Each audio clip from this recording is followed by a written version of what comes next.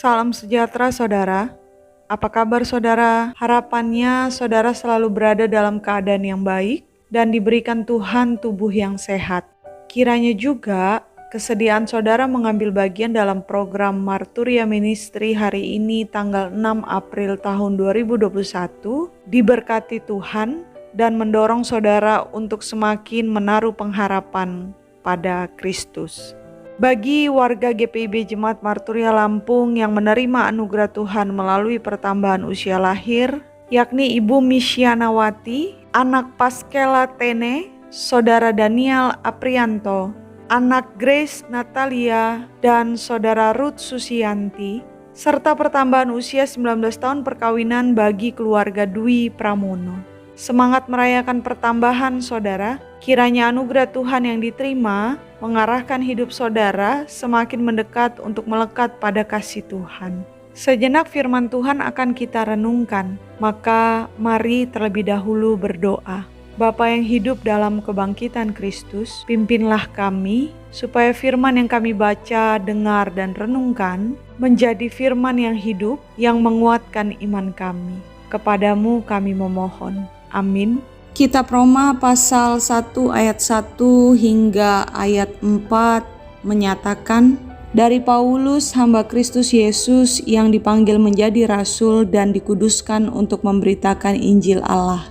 Injil itu telah dijanjikannya sebelumnya dengan perantaraan nabi-nabinya dalam kitab-kitab suci tentang anaknya yang menurut daging diperanakan dari keturunan Daud dan menurut roh kekudusan dinyatakan oleh kebangkitannya dari antara orang mati bahwa ia adalah anak Allah yang berkuasa, Yesus Kristus Tuhan kita. Demikian pembacaan Alkitab. Paskah telah dirayakan. Apakah yang telah berubah dari dalam diri kita?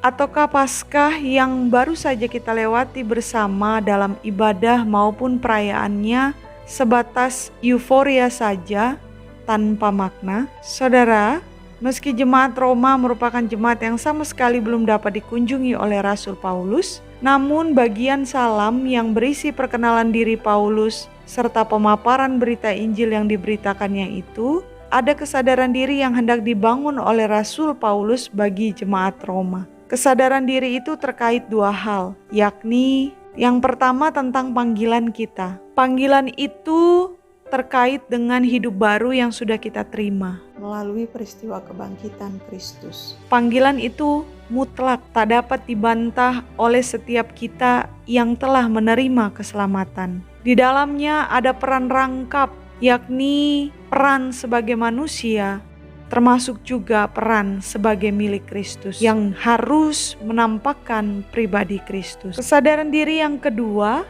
yaitu bahwa kita dipanggil sebagai milik Kristus. Pertanyaannya adalah tugasnya apa ya? Melalui suratnya kepada jemaat Roma, Rasul Paulus memakai kata dikuduskan, artinya terpisah dari atau dipisahkan dari. Inilah tugas kita sebagai milik Kristus. Setiap waktu kita diperhadapkan pada realitas hidup yang menyajikan pada kita ragam pilihan yang pelik dan sulit. Dan tentu saja kerap kali iman yang kita miliki ditantang untuk mengambil sikap yang benar serta pilihan yang tepat. Antara kenyamanan dirikah atau ketaatan, antara kebiasaan diri ataukah kebenaran ilahi.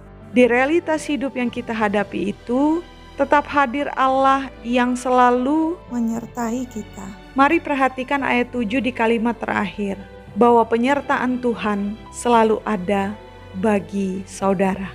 Amin. Mengakhiri program hari ini, mari berdoa. Bapa, Engkau yang bangkit membuat kami hidup dan memiliki hari esok. Namun kami masih saja mudah gentar sebab realitas hidup selalu menjadi alasan yang kerap kali kami gunakan untuk tidak memenuhi panggilan kami sebagai milik Kristus. Oleh karena itu, tolonglah kami ya Tuhan yang lemah dan rapuh ini, agar janji penyertaan-Mu terpatri kuat dalam ingatan dan hati kami. Ketika kami merespon berkat dan rahmat yang Engkau sediakan bagi kami hari ini dan seterusnya. Melalui Kristus kami berdoa. Amin.